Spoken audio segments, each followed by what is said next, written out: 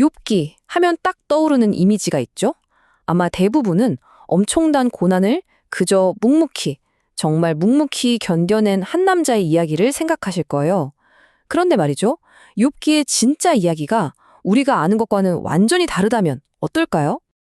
네, 바로 이 유명한 말 때문입니다. 욥의 인내. 이 말 하나 때문에 욥은 그냥 인내의 아이콘이 되어버렸죠. 모든 걸 잃고도 불평 한마디 없이 신을 찬양한 사람. 바로 그런 이미지요. 자, 이게 바로 오늘 우리가 파헤쳐볼 핵심 질문입니다. 만약 욥 이야기의 진짜 메시지가 수동적으로 참는 게 아니라 이 부당한 현실에 맞서서 치열하게 저항하는 것에 있다면 어떨까요? 우리가 알던 욥의 이미지를 오늘 완전히 한번 뒤집어 보겠습니다. 이 인내하는 욥이라는 이미지가 대체 어디서부터 시작됐는지 알려면 일단 비극이 닥치기 전에 욥을 먼저 만나봐야 합니다.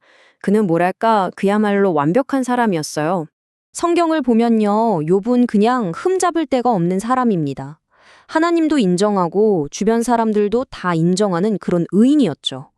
명성도 자자하고 재산은 동방에서 제일 많고 심지어 가난하고 힘없는 사람들까지 돌보는 정의로운 마음을 가졌어요. 당시 사람들이 꿈꿀 수 있는 모든 걸 다 가진 그런 이상적인 인물이었던 겁니다. 그런데 욥이 겪게 될 이 끔찍한 고난을 이해하려면 우리는 무대 뒤로 가봐야 해요. 바로 하늘에서 열린 어떤 회의 장면으로 말이죠. 물론 욥 자신은 이런 일이 벌어지고 있는지 전혀 몰랐습니다. 여기서 사탄이라는 존재가 등장하는데 이게 우리가 흔히 생각하는 그 뿔 달린 악마랑은 좀 달라요. 히브리어 원문을 보면 하사탄인데요. 이건 이름이라기보다는 고발자나 검사 같은 일종의 직책에 가깝습니다. 그의 역할은 인간의 믿음이 진짜인지 아닌지 태클을 걸고 시험하는 거였죠. 이 고발자가 하나님한테 이렇게 따져 묻는 겁니다. 욥이 괜히 하나님을 잘 섬기겠습니까?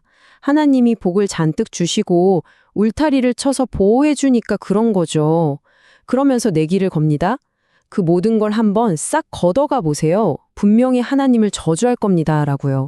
그리고 정말 상상조차 할 수 없는 끔찍한 시험이 시작됩니다. 그런데 이 엄청난 비극 속에서도 욥은 처음에는 정말 흔들리지 않는 믿음을 보여줘요.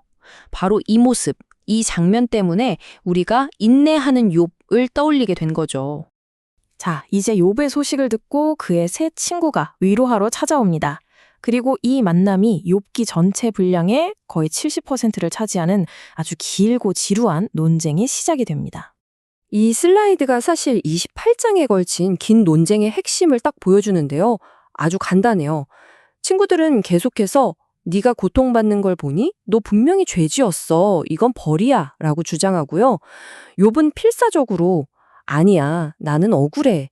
내가 이런 고통을 받을 만큼 큰 죄를 지은 적이 없어. 라고 맞서는 겁니다. 그러니까 친구들이 내세운 건 아주 단순한 공식이에요. 착하게 살면 복받고 고통을 겪는 건 뭔가 죄를 지었기 때문이다. 이런 인과응보 논리죠. 하지만 욥이 처한 현실은 이 깔끔하고 단순한 공식을 그냥 산산조각 내버리고 있었습니다. 바로 이 지점에서 욥의 기나긴 침묵이 깨지면서 우리가 알던 인내하는 욥이라는 신화는 완전히 무너져 내리기 시작합니다. 길고 긴 침묵을 깨고 욥이 처음으로 한 말은요, 감사의 찬양이 아니었어요. 자기가 태어난 날 자체를 향한 끔찍한 저주였습니다. 태도가 완전히 180도 바뀐 거죠. 그리고 이때부터 욥은 더 이상 운명의 희생자로 가만히 있지 않아요. 절망하고 친구들의 주장을 조목조목 반박하고 마침내는 이 부당한 고통에 대해 직접 답을 듣겠다며 하나님을 법정에 세우겠다고 선언하기까지 합니다. 이건 그냥 수동적인 인내가 아니죠. 이건 정말 적극적인 저항입니다. 자, 그래서 이 노든 시끄러운 논쟁 끝에 마침내 하나님이 폭풍 속에서 나타나십니다. 그런데 이야기의 클라이맥스는 정말 그 누구도 예상하지 못했던 방향으로 흘러가요. 하나님은요, 욥이 그토록 듣고 싶어 했던 네가 왜 고통받았는가에 대한 이유를 한마디도 설명해 주지 않으세요. 대신에 그냥 질문을 퍼붓기 시작합니다. 내가 이 세상의 기초를 놓을 때 너는 어디에 있었느냐? 라고요. 하나님의 질문은 계속됩니다. 이건 인간이 감히 상상하거나 통제할 수 없는 저 광대한 우주의 신비와 장엄함을 보여주는 질문들이죠. 그리고 마지막으로 이 거대하고 혼돈스러운 바다 괴물 리오야단에 대해 물으십니다. 이 세상은 네가 생각하는 것처럼 그렇게 단순한 흑백 논리, 인광보의 법칙으로만 돌아가는 곳이 아니라는 걸 분명히 보여주시는 거예요. 여기서 우리가 얻어야 할 핵심 교훈은 바로 이겁니다. 하나님은 욥에게 고통의 이유를 설명해 주지 않으셨어요. 대신 인간의 작은 정의감으로는 도저히 잴 수 없는 그 거대한 신적 지혜와 신비를 직접 만나게 해 주신 거죠. 그럼 이 엄청난 만남 이후에 욥은 어떻게 변했을까요? 그가 얻어낸 진정한 승리는 과연 무엇이었을까요? 욥이 이렇게 고백합니다. 지금까지는 하나님에 대해 그냥 귀로 듣기만 했는데 이제는 눈으로 직접 본다고요. 이건 정말 엄청난 깨달음입니다. 다른 사람에게 전해 들은 지식의 차원에서 고통을 통해 직접 겪고 만나는 개인적인 경험의 차원으로 넘어간 거죠. 그러니까 욥의 믿음의 성격 자체가 완전히 바뀐 거예요. 이전에는 마치 비즈니스처럼 내가 잘하면 상을 받고 못하면 벌을 받는 그런 거래적인 관계였다면 이제는 그 경이로운 신비 앞에서 겸손하게 섰는 진짜 관계적인 믿음으로 발전한 겁니다. 우리가 흔히 욥이 인내해서 2배의 축복을 받았다고 생각하잖아요? 근데 그게 핵심이 아니에요. 마지막에 받은 이 2배의 재산은 고통에 대한 대가나 보상이 아닙니다.